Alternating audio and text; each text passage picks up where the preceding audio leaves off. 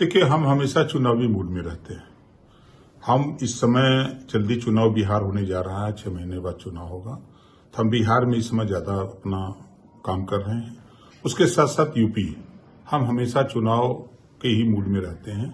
चाहे जब चुनाव हो, हम अपने मतदाताओं को, वोटरों को, उनके बीच में आना जाना, संगठन का काम करना बराबर करते हैं। तो ये कितनी सीटों पर, कुछ सीटें शायद चुन रखी है कि आपने? देखिए, हम 403 सीटों पर तैयारी करते हैं, संगठन का काम करते हैं, और लड़ने के लिए हम लोग 66 सीटें चिन्हित करके उस पे ग्रास रूट तक संगठन को हम लोग तैयार करते हैं। तो ये बीजेपी के साथ मिलकर लड़ेंगे या अकेले? एनडीए गठबंधन के साथ लड़ेंगे। तो 66 सीट अभी से अनाउंस कर दिया आपने? भाई मांग, देखिए, गठबंधन में हम 66 तैयार कर रहे हैं। हम अपना साक्ष्य सबूत रखेंगे कि हमारा ग्रास रूट पर बूथ का, हमारा सेक्टर का, ब्लॉक का, विधानसभा का ये संगठन है, हम इसको जीतने की गारंटी लेते हैं। ये कहने का हमारा था। ममता कुलकर्णी को महामंडलेश्वर, अब वो जांच का विषय, कोई देखा तो रहे पैसा लेते देते, कोई देखा हो तो बतावे कि इतना माल ले लिए, इतना। तो ममता कुलकर्णी मंडलेश्वर लायक थी, आपको लगता है? अब वहां तो आपको भी बैठा दिया जाएगा तो आप भी मंडलेश्वर हो जाएंगे। और 8 तारीख को गिनती होगी, दूध का दूध, पानी का पानी हो जाएगा। कहने से और करने से अंतर होता है। केजरीवाल ने आरोप लगाया कि पुलिस, वहां की पुलिस जो है बीजेपी कार्यकर्ताओं की तरफ व्यवहार कर रही है।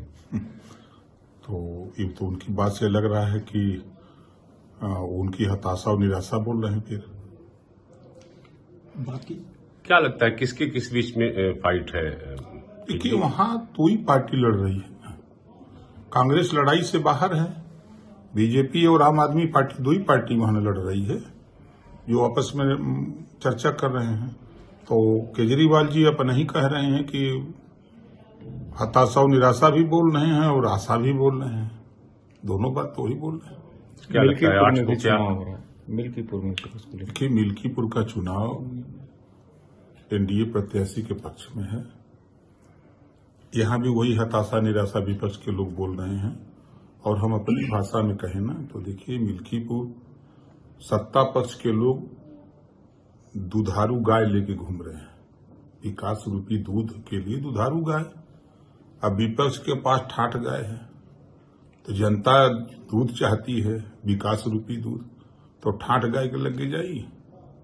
समझ रहा ना? तो अवधेश जी तो रो करके इमोशनल ब्लैकमेलिंग। अगर रोने से वोट मिले तो पूरे समाजवादी पार्टी के लोग लखनऊ से दिल्ली तक बैठ के रोना शुरू कर दे, सब उनको वोटवा एक तरफा दे देंगे।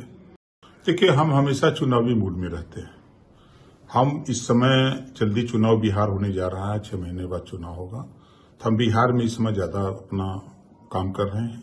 उसके साथ साथ यूपी, हम हमेशा चुनाव के ही मूड में रहते हैं।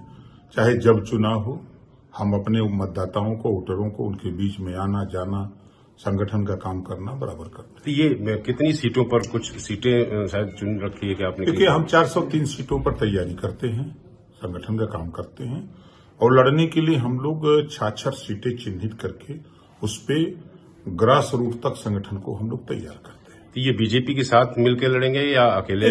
एनडीए गठबंधन के साथ लड़ेंगे। तो 66 सीट अभी से अनाउंस कर दिया आपने? भाई मांग, देखिए, गठबंधन में हम 66 तैयार कर रहे हैं।